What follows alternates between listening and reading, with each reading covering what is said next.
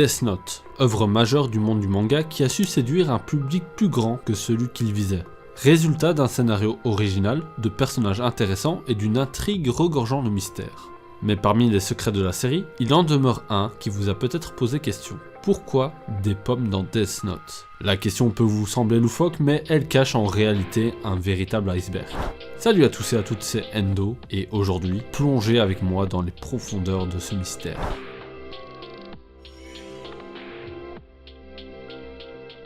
Pourquoi des pommes dans Death Note? Après tout, ça aurait pu être très bien des bananes, pour le gag, ou un autre fruit typique japonais. Cela aurait été le cas si cette fameuse pomme ne cachait rien en dessous. Tout d'abord, le haut de l'iceberg. C'est une pomme, car c'est un marqueur économique. La pomme au pays du soleil levant coûte facilement 3 à 4 fois plus cher qu'ici en Belgique et en France. C'est donc un indicateur qui nous confirme que Light est issu d'une famille assez aisée. Logique, vu que son père est haut placé au sein de la police.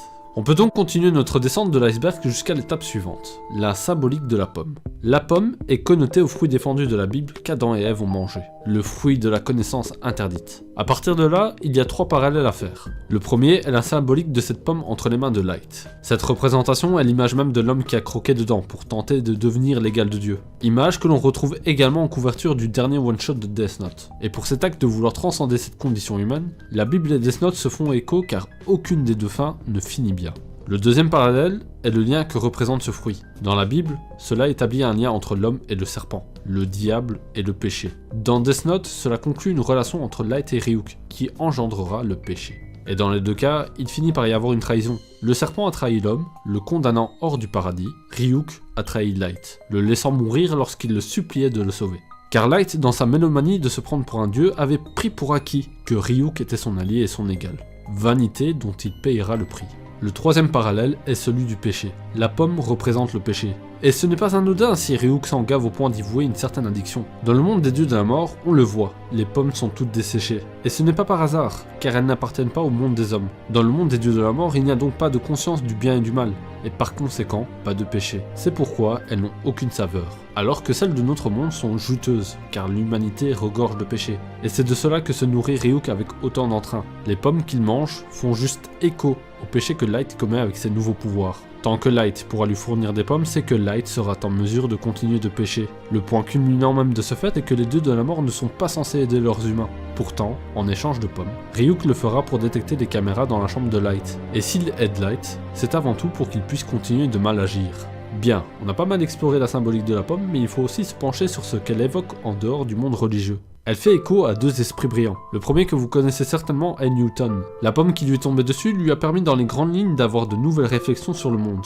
Dans Death Note, ce n'est pas une pomme à proprement parler qui est tombée sur Light, mais le cahier de la mort, lui apportant une nouvelle réflexion sur la société et comment il pourrait la remodeler, le poussant vers le péché, donc vers la pomme défendue. Mais c'est le second esprit brillant qui nous intéressera d'autant plus. Alan Turing, mathématicien de génie qui a joué un rôle majeur durant la Seconde Guerre mondiale, en décryptant pas mal de documents secrets. Grand personnage de l'histoire qui s'est suicidé en mangeant une pomme au cyanure. Un esprit brillant sur lequel est sans doute calqué le personnage de Light Yagami et de son intelligence. Par conséquent, le nom Yagami n'est pas un hasard. Si vous traînez sur les réseaux sociaux, vous avez sans doute vu passer la théorie de l'anagramme de Yagami. Un anagramme, si vous ne le savez pas, est un mot dont on peut déplacer les lettres pour en former un autre. Ici en l'occurrence, le nom Yagami est un anagramme anglophone. Un anagramme qui viendrait pointer l'orientation sexuelle de Light. Si à première vue, lorsque j'étais tombé sur cette théorie, elle m'avait fait sourire car elle paraissait un peu infondée et loufoque, force est de constater qu'avec du recul et ces nouvelles informations, la chose est remise en question. Après tout, il y a une chose qu'on ne peut pas démentir. Light n'a aucune attirance pour Misa, et un lien spécial l'unit à elle.